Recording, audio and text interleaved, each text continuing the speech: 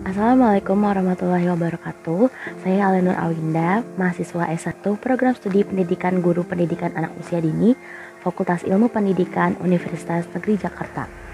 Pada video kali ini, saya akan melakukan proses internalisasi dan analisis profesi terhadap profesi konselor, dan berikut akan saya paparkan analisis profil saya terhadap konselor yang akan saya wawancarai. Dr. Arum Etikarina MPSI merupakan lulusan S3 Psikologi, Fakultas Psikologi Universitas Indonesia. Tertarik pada penelitian seputar kualitas kerja dan hubungan antar manusia di tempat kerja, membawa beliau mendalami bidang psikologi industri dan organisasi, yakni pekerjaan konselor yang menangani masalah-masalah internal para pekerja di lingkungan tempat kerjanya atau di lembaga tertentu. Pelatihan-pelatihan yang beliau ikuti adalah pelatihan yang kebanyakan bertujuan untuk mengembangkan kompetensinya sebagai konselor yang akan menghadapi berbagai macam pekerja yang memiliki permasalahan internal selama bekerja. Dilihat dari berbagai macam pelatihan yang banyak sekali diikuti oleh Dr. Arum Etikarina MPSI, menandakan bahwa beliau sudah mempraktekkan peran konselor dalam organisasi dan kegiatan profesi, sehingga membuat beliau memiliki kompetensi yang jauh lebih baik karena senantiasa menambah ilmu pengetahuan dan wawasannya di bidang konseling di luar pengetahuan yang beliau dapatkan di perkuliahan. Pada profilnya juga ditemukan teaching field atau bidang ajar yang ia ampu, yang menunjukkan bahwa beliau juga merupakan seorang dosen di Fakultas Psikologi Universitas Indonesia. Berdasarkan profil ini, dapat disimpulkan bahwa beliau dekat sekali dan membutuhkan kolaborasi intern di tempat kerja sebagaimana salah satu kompetensi sosial yang harus dimiliki dan dikuasai oleh seorang konselor. Pengalamannya di bidang konselor, organisasi, dan pekerja di lembaga tertentu, serta tugasnya sebagai dosen di Fakultas Psikologi Universitas Indonesia membuat beliau terlihat memiliki kualitas yang baik di bidang pekerjaannya ini, sehingga seharusnya kompetensinya dalam menghargai antar profesi juga ikut diterapkan selama beliau bekerja sebagai konselor. Tingkat awareness atau kepedulian antar profesi dan pekerja di tempat kerja beliau juga seharusnya menjadi nilai tambah tersendiri, karena tempatnya bekerja merupakan lingkungan orang-orang yang memahami betul ilmu kemanusiaan, sehingga menjadi perhatian khusus tersendiri apabila ditemukan kejanggalan-kejanggalan selama menjalankan tugas. Sehingga dilihat dari lingkungan pekerjaan Dr. Arum Etikarina MPSI sendiri, dapat dilihat bahwa lingkungannya seharusnya mendukungnya untuk tetap berkompeten dalam pelaksanaan tugasnya sebagai konselor dan dosen di Fakultas Psikologi Universitas Indonesia.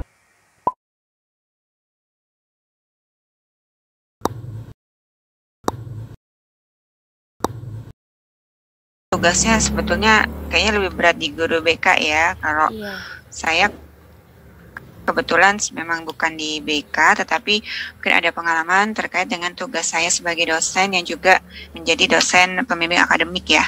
Nah, ini perannya kalau di kampus itu mirip sih seperti BK, tapi nggak menangani semua mahasiswa, tapi ada penugasan dari kampus untuk mengawasi beberapa mahasiswa. Biasanya dalam satu angkatan itu, satu dosen PA itu diberikan tugas untuk mengawasi sekitar 5 sampai ada yang sampai 10 mahasiswa. Nah, ini mirip sih tugasnya dengan konselor ya, karena harus memantau pertama itu adalah kondisi mahasiswa sepanjang satu semester. Kemudian juga kalau ada keluhan dari mahasiswa, misalnya ada masalah pribadi atau masalah kuliah, nah itu mereka boleh mengontak langsung ke dosen pembimbing akademiknya. Nah, betul tadi Alia sebutkan, dosen PA kan atau konselor itu kan tidak selalu tiap hari berada bersama klien atau mahasiswa bimbingannya ya. Jadi biasanya yang perlu dilakukan tentu kita harus tahu dulu data-data pribadi tentang klien atau siswa tersebut. Nah, itu biasanya kalau untuk dosen PA itu dari pihak akademik itu diberikan data-data, misalnya kalau untuk mahasiswa baru itu adalah asal SMA, kemudian juga jurusannya, asal daerah, karena ini juga penting mengingat kadang-kadang masalah yang dihadapi mahasiswa baru itu adalah perbedaan budaya ya.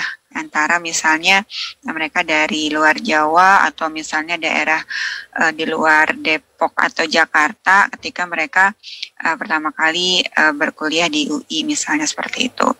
Nah, kemudian juga data misalnya ada kaitannya dengan kondisi ekonomi orang tua. Misalnya itu bisa juga dari data bidik misi misalnya. Kemudian ada data lagi, macam-macam sih biasanya tuh ada kalau di UI itu namanya Sistem Informasi Akademik atau SIAK ya. Jadi kami diberikan akses untuk melihat data-data bimbingan ya atau klien kami gitu.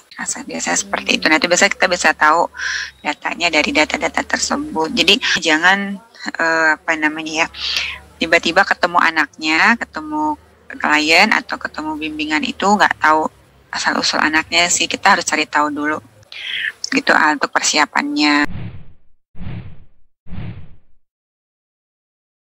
Situasi ini kayaknya memang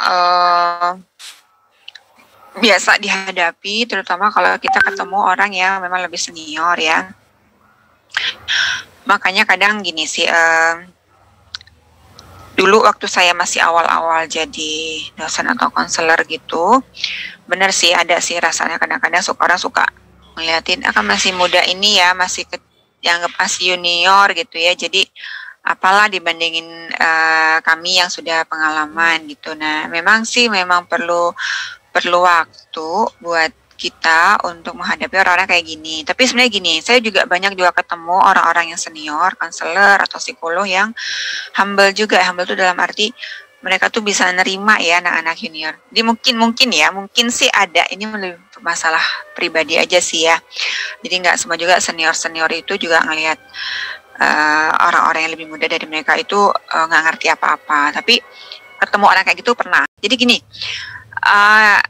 meskipun kitanya masih junior, mungkin perlu melatih juga namanya kepercayaan diri. Meskipun juga hati-hati, karena ada orang yang melihat kepercayaan itu jadi kayak sombong ya. Oh, iya. Nah, ini juga masih dilatih nih. Jadi percaya diri yang luas dengan percaya diri yang sombong itu juga masih dilatih. Jadi kita arahnya ke percaya diri yang luas. Nah, tadi salah satunya kalau saya pelajari itu kita memperkenalkan diri kita dengan segala atributnya, tapi nada suara tuh juga kayaknya penting deh. Kayaknya konselor tuh emang kuncinya tuh di situ dah saya rasa ya. Kalau orang tuh dengan suara kita tuh enak, biasanya mereka akan terbuka, nyaman ngomong sama kita. Itu gitu.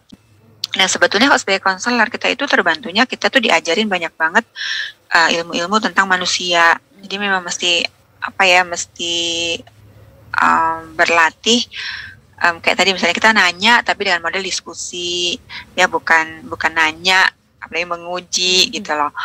Terus tadi melatih suara supaya jangan terlalu intimidating, kemudian juga pace suaranya dilatih supaya memang orang tuh nyaman deket kita. Itu ada loh sebenarnya, kalau nanti Alia browsing itu ada di pace atau ritme suara seperti apa sih orang tuh jadi ngerasa nyaman ngobrol dengan orang lain gitu ya. Nah, itu tuh mesti dilatih. Dan kami juga di profesi psikologi itu sebetulnya ada sesi-sesi untuk melatih kompetensi dan keahlian untuk wawancara dan memberikan feedback. Dan itu ya, jadi dosen-dosen senior saya itu ada dosen saya, kebayang dong ya, saya kan dulu mahasiswa mereka, dan ya gitu, untuk bisa masuk ke mereka saya pakai modelnya sama, jadi diskusi gitu. Bapak, Ibu, saya mau ngajar ini, gini-gini. Nah, kira-kira ilmu terbarunya tentang itu apa ya? Mungkin saya nanti bisa juga membaca hal itu, jadi saya bisa